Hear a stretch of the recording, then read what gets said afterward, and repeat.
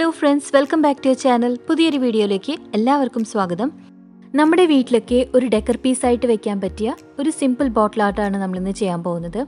അപ്പോൾ നമുക്കിത് എങ്ങനെയാണ് ചെയ്യാൻ നോക്കാം. ഇവിടെ ഞാൻ ഒരു ബോട്ടിൽ യെല്ലോ ഓക്കർ കളറിൻ്റെ കൂടെ കുറച്ച് വൈറ്റും കൂടി മിക്സ് ചെയ്ത് കഴിഞ്ഞാൽ നമുക്ക് ഈ ഒരു കളർ കിട്ടും.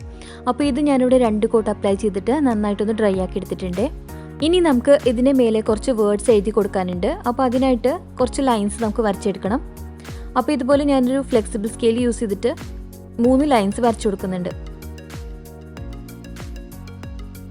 ലൈൻസ് വരയ്ക്കുമ്പോൾ ഒരുപാട് ഡാർക്ക് ആവാതെ ലൈറ്റായിട്ട് വേണം വരച്ചെടുക്കാൻ വേണ്ടിയിട്ട്. അപ്പോൾ ദാ ഇങ്ങനെ ഞാൻ 3 ലൈൻസ് വരച്ചെടുത്തിട്ടുണ്ട്. ഇനി നമുക്കിതിൻ്റെ മേലെ ഹോം സ്വീറ്റ് ഹോം എന്നും കൂടെ എഴുതി കൊടുക്കാം. അപ്പോൾ ഞാനിവിടെ പെൻസിൽ വെച്ച് എഴുതിയിട്ടുണ്ട്. നിങ്ങൾക്കത് ക്ലിയർ ആയിട്ട് കാണുന്നുണ്ടോ എന്ന് എനിക്കറിയില്ല. ഇനി നമുക്കിതിൻ്റെ മേലെ ഇതുപോലെ പെയിൻറ്റ് യൂസ് ചെയ്തിട്ട് എഴുതി കൊടുക്കാം.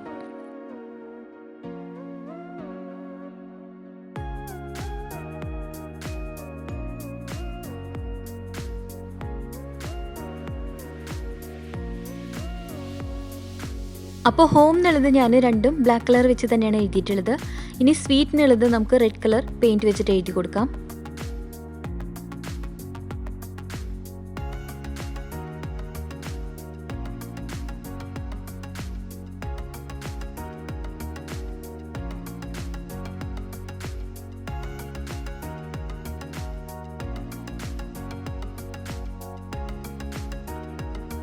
അപ്പോൾ ദാ ഇതുപോലെ ഞാൻ ഹോം സ്വീറ്റ് ഹോം എന്ന് എഴുതി കൊടുത്തിട്ടുണ്ട്.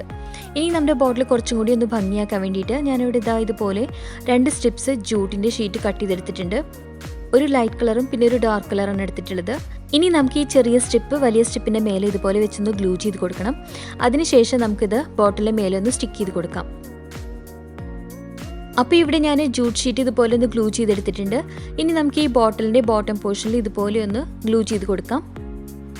ഹോട്ട് ഗ്ലൂ ഗൺ യൂസ് ചെയ്തിട്ട് നമുക്ക് ഇതുപോലെ ഒന്ന് ഗ്ലൂ ചെയ്തെടുക്കാം കേട്ടോ.